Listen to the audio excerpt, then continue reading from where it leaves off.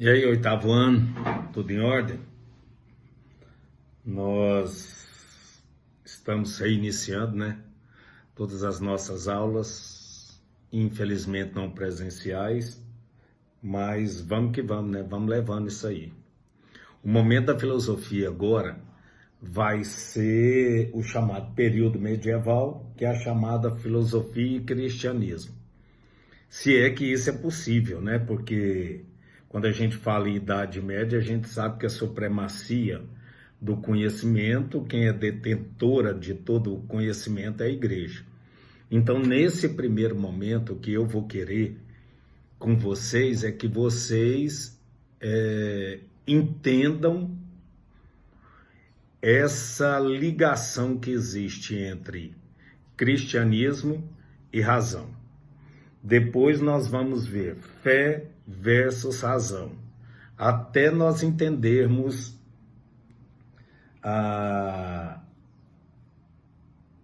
como é que as coisas procedem na filosofia nesse período.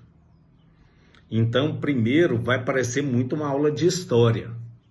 Por quê? Porque primeiro você tem que entender o contexto histórico para que vocês então entendam a filosofia a partir do cristianismo. Quais são, quem vai trabalhar, obviamente, alguém ligado à igreja, né? Por isso que vai ter chamado, então, a chamada patrística. Depois nós vamos chegar em Santo Agostinho, que são as outras aulas, né? A superioridade da alma, a liberdade de pecado. Depois nós vamos para a parte da escolástica, aí vai em São Tomás de Aquino, e daí nós vamos trabalhando com todos esses autores, né? Que vão defender essa parte, e depois a escola pós-tomista. E é tudo coisa muito tranquila de se ver. Agora vai ser mais esse período. E aqui ele dá um brevíssimo resumo de como é que isso vem ocorrer. Tá assim, ó, ao longo, sabendo-se que, antes de eu começar, no que diz respeito a período medieval, eu tenho uma datação que durante muitos e muitos anos, eu já falei isso para você, ela foi acolhida pelo corpo docente, que hoje ela está sendo quase que abolida, que é a chamada divisão tradicional da história, que muitos já aboliram isso, porque tem início e tem fim. E a gente sabe que a história, ela mescla. Enquanto um período está terminando, ela não termina aquilo e começa um outro período. Por isso que eles tiraram essa datação tão tradicional, que no entanto chama, que é uma delimitação de tempo, que a história, né, é o período tradicional da história. Na medieval, é do século V ao XV. Só enquanto no final do século XV, enquanto a igreja está caindo, ela ainda tem poder. Então ela vai continuar com poder como ela tem até hoje. Por isso que eles tiraram essa divisão tradicional da história. Mas ainda assim, só para vocês entenderem que no que diz respeito a esses períodos, que vai do século V até o século XV, mais ou menos. Começa assim, ao longo do século V depois de Cristo, o Império Romano do Ocidente sofreu ataques constantes dos povos bárbaros. Os sucessivos e violentos confrontos, principalmente as invasões germânicas, levaram ao seu esfacelamento. Desenvolveu-se a partir de então uma nova estrutura da vida social europeia que corresponde ao período medieval. Entendam, então esse período medieval que era colocado do século V até o século XV, quem vai ser a detentora de todo o poder, até mesmo da escrita e da leitura, vai ser a igreja. A igreja é considerada a grande senhora feudal. O rei existe nesse período? Existe. Só que ele é considerado como uma figura decorativa, porque o poder emana mesmo do clero. Então é isso que tem que ser entendido por vocês, para nós entendermos como é que aí vai aparecer os filósofos dessa época. Sabendo-se que, quando eu falo isso, sabe-se que é alguém ligado à igreja que vai defender alguma coisa voltado a esse poder da razão. Porque a razão, ela volta com tudo mesmo na chamada Idade Moderna. Aonde no período medieval, que era o teocentrismo, na Idade Moderna ele vai ser chamado de antropocentrismo. Então isso aí tem que ficar claro para vocês. Não se esqueçam disso, tá? E que vocês ouçam e vejam o vídeo várias vezes para vocês começarem a entender mais esse período. Porque o que parece, para vocês terem uma ideia, na época que eu estudei, o período medieval era chamado de período das trevas. Por quê? Segundo eles, não havia tido crescimento. Crescimento que é colocado, na época eles colocavam que era esse crescimento racional, esse crescimento de inovações, coisas acontecendo. Então, por isso que foi chamado o período de escuridão, período de trevas. Que hoje, com a nova historiografia, com o novo entender, eles veem que não foi bem assim. Então, é por isso que a filosofia entra, porque senão não teria nem esse período da filosofia. Porque se acaba com a razão, como é que tem filosofia? Não é verdade? E isso na história vocês já devem ter estudado, né? Pelo menos viu. Vocês já devem ter visto N filmes, séries, alguma coisa voltada para isso. Então, olha aqui, ó. Prestem atenção. Em meio a todas as mudanças, a Igreja Católica conseguiu-se manter-se como instituição social. Consolidou sua organização religiosa e difundiu o cristianismo, preservando também muitos elementos da cultura greco-romana. Por isso que não é à toa que depois a gente vai ver, então, Roma como centro aí. E hoje a gente vê que é da Igreja Católica, lá é onde eles comandam a partir do Vaticano. Mas nessa época, por isso que eles ainda assimilam alguma coisa voltada para Roma. Apoiada em uma crescente influência religiosa, a Igreja passou a exercer importante papel político na sociedade medieval. Então, olha aqui para vocês verem.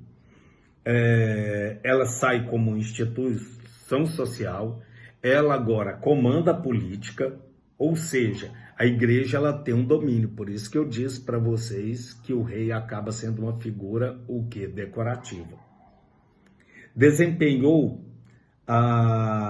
Chegou até a desempenhar a função de órgão, olha aqui, ó, supranacional, conciliador das elites dominantes, contornando os problemas das rivalidades internas, da nobreza feudal.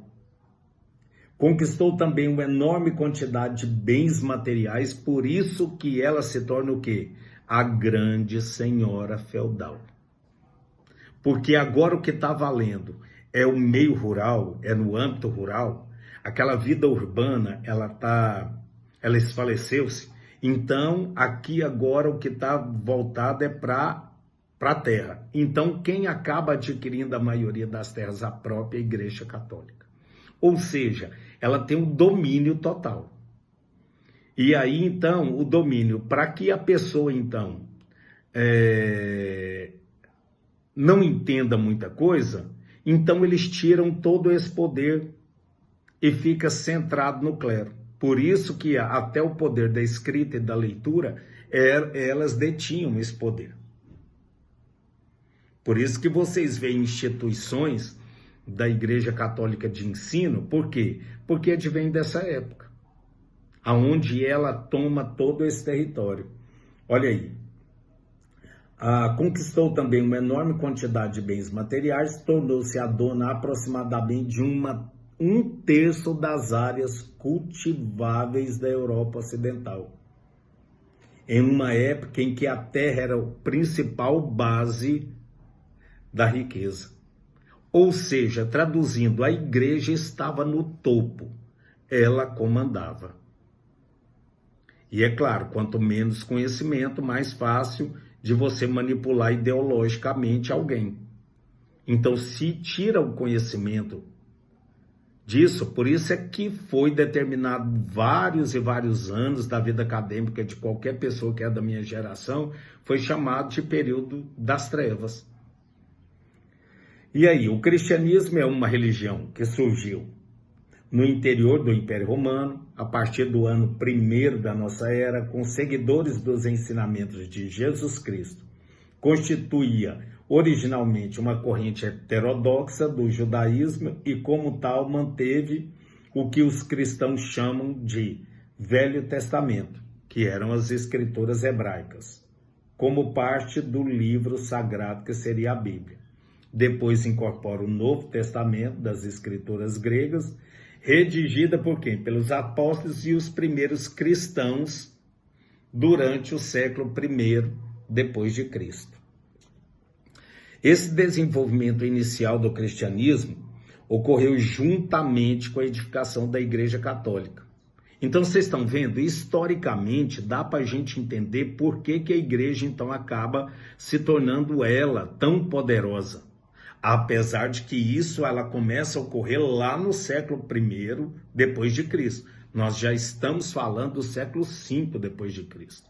Que isso vai percorrer até o 15, aonde tem a chamada Baixa Idade Média. Mas para eu entender todo o processo filosófico desse período, eu tenho que entender esse contexto histórico. A Igreja Católica, então, instituição que foi a única representante da fé cristã por muitos séculos, até o início da Idade Moderna.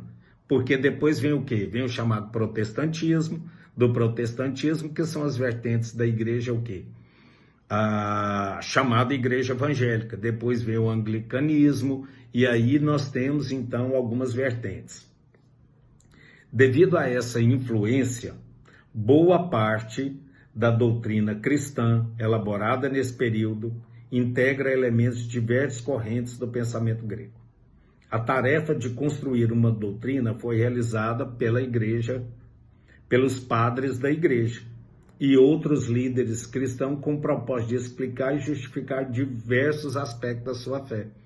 Por isso que eles acabam determinando e tomando o poder.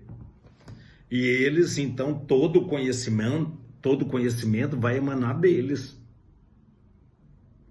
Aquilo que vocês estudaram do chamado pré-histórico, durante esse período, eles cancelam isso, a Igreja Católica, a ponto de pegar todas essas escrituras, e esconder. Qualquer pessoa que tivesse acesso a esse período acabavam morrendo. Por quê? Porque eles passavam veneno nos livros para que ninguém pudesse ter contato algum com qualquer escritura que viesse utilizar a razão como forma detentora do conhecimento.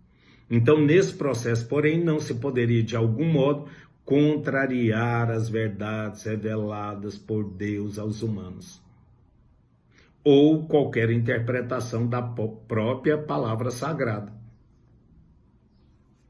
Então, nos primeiros séculos da nossa era, as obras de Platão, Aristóteles haviam desaparecido, que eu falei para vocês. Essas do pré-socrático, socráticos, todas essas obras são tomadas e não permitem que ninguém tenha conhecimento. Assim, as principais concepções gregas absorvidas pelo cristianismo nesse período vieram das escolas filosóficas helenísticas e greco-romano, com destaque para o quê? Para o estoicismo e para o neoplatonismo. Este surgiu por volta do século III, realizando uma síntese entre a filosofia de Platão e certos elementos místicos com a metafísica do hindu. E daí, então, se eu sei todo esse contexto histórico, então não fica muito difícil para eu entender aonde a filosofia vai entrar. porque até então fica parecendo que é impossível você utilizar a razão nesse período. Mas vai ser tudo voltado, mesmo que eu utilize a razão, voltado explicando pela fé. Então segura aí que na próxima aula e na live a gente vai comunicando, tá? Um beijo.